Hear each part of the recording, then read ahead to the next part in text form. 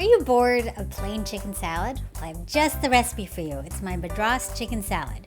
Because instead of just plain old mayo, I've spiced it up with some warm Indian spices, and I've added some sweet and crunchy apples and toasted almonds. Isn't that something you want to put in your mouth right now? So first things first, you gotta make your Madras curry spiced mayonnaise. So you just plop in some mayonnaise. You can make your own. I used to make my own all the time, but I don't do it anymore because there's lots of really great high quality mayonnaises that are paleo friendly and made with good oils. So I just don't make it anymore. So you add a little bit of the Madras curry powder and you mix it in. And I'm gonna add a little bit of salt and pepper as well. And once it's all stirred and uniform, you give it a taste to see that it's, that's good. So it should be, the curry spices should infuse the mayonnaise, but it shouldn't be overpowering. And the salt and pepper should just, lift the flavor a little bit.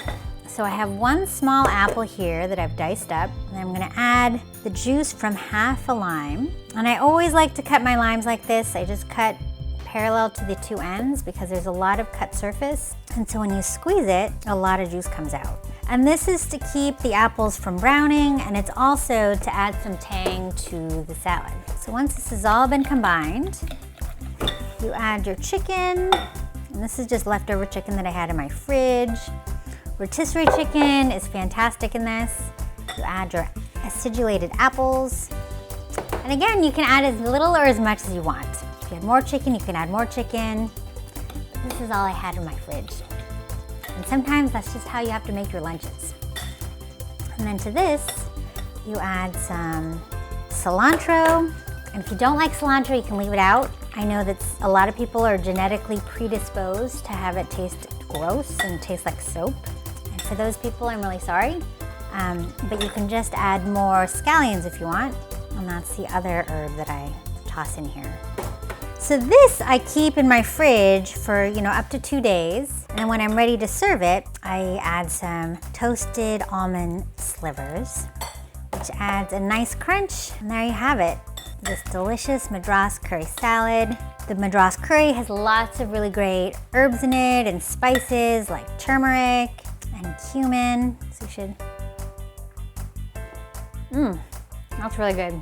And I just serve it on a bed of lettuce, and that's lunch.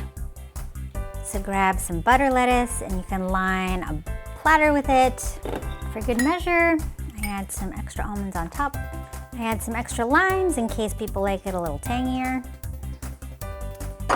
And there you have it, my Madras Chicken Salad, which proves that simple doesn't have to be bland and boring.